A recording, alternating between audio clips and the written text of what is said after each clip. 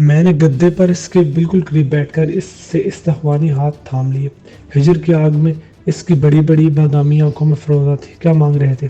میں نے محبت سے پوچھا۔ اس نے جواب دیا، زندگی یا موت۔ میں نے کہا، فواد، ہمارے خیال میں یہ قبولیت کی گھڑی ہے، اچھی چیز مانگو، اچھی چیز زندگی ہے۔ وہ چونک کر میری طرف دیکھنے لگا۔ میں ٹھہرے ہوئے لہجے میں گویا ہوا، فواد، یہاں کوئی ایسا موجود ہے جو تمہاری طرح تمہیں یاد کر رہا ہے۔ وہ تمہارے پیچھے لاہور تک جانا چاہتا ہے، تم سے بہت کچھ کہنا چاہتا ہے، کچھ سنانا چاہتا ہے۔ فواد کے ہونٹ پہ ساتہ لرزنے لگے۔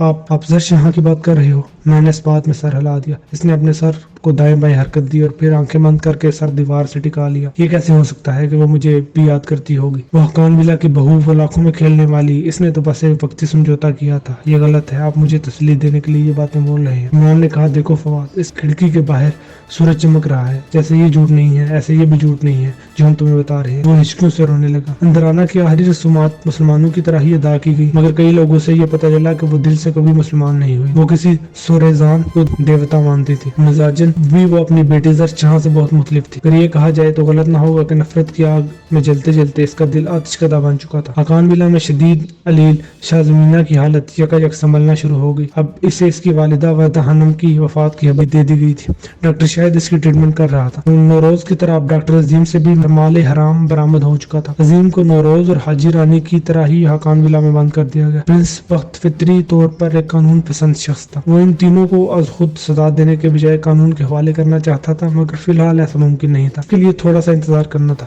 فواد ابھی تک شانم بستی کے اسی گھر میں تھا، البتہ ہم نے زرش کو اس کی یہاں موجودگی کے بارے میں بتا دیا تھا اور تمام کربناک حالات سے بھی آگاہ کر دیا تھا جس سے وہ محبت کا مارا یہاں گزرتا رہا تھا۔ اندرانہ بیگم کا اسے لاہور سے یہاں لانا، جیسے شانم لڑکیوں کے ذریعے بہلانے کی کوشش کرنا، پھر اس کی جان لینے کے در پہ ہو جانا، ہم نے سب کا سب اسے بتا دیا۔ زرش فواد سے فوراً ملنا چاہتی تھی، مگر وہ حقان ولا کی سابق بہو تھی، اس کا فی الحال فواد سے ملنا مناسب نہیں تھا۔ زرش کسی آنکھوں کے اندر جھانکا تو جا سکتا تھا، مگر عورت کی آنکھوں کی گہرائی میں کیا ہوتا ہے اس کا پتہ چلانا آسان نہیں ہوتا۔ ابھی ہمیں ٹھیک سے معلوم نہیں ہوا تھا کہ اس کی دل میں اگر واقعی فواد کی محبت موجود ہے تو وہ کس نوعیت کی ہے۔ کیا وہ صرف اس سے ملنے کی خواہش مند ہے یا پھر اس کے ساتھ زندگی گزارنا چاہتی ہے؟ موسم خوشگوار تھا، سورج کے مسلسل چمکنے نے کام دکھایا۔ ایک روز خبر ملی کہ نشیب میں ایک بڑی اولانچ بنی ہے اور لاکھوں ٹن برف پھسل کر نشیب میں گر گئی ہے اور یوں ایک راستہ سا بن گیا ہے جو نیچے جانے میں بڑی حد تک معاون ثابت ہو سکتا ہے۔ اولانچ والے واقعے کے تقریباً 4 دن بعد پرنس نے ہمیں اپنے حقان ولا سے رخصت کر دیا۔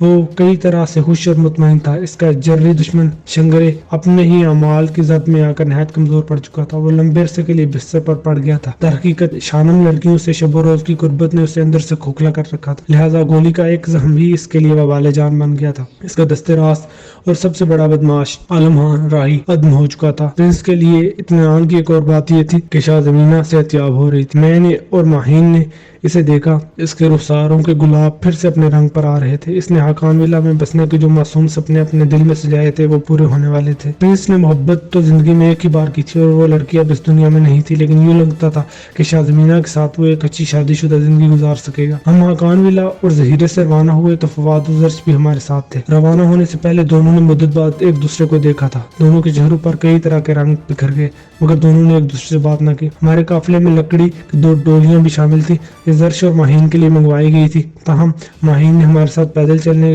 کو ترجیح دی۔ فواد سے کہا گیا کہ وہ دوسری ڈولی استعمال کر لے کیونکہ اس کی پنڈلی کا زخم ابھی پوری طرح مندمل نہیں ہوا تھا، مگر فواد نے بھی انکار کر دیا۔ ڈولی واپس کر دی گئی۔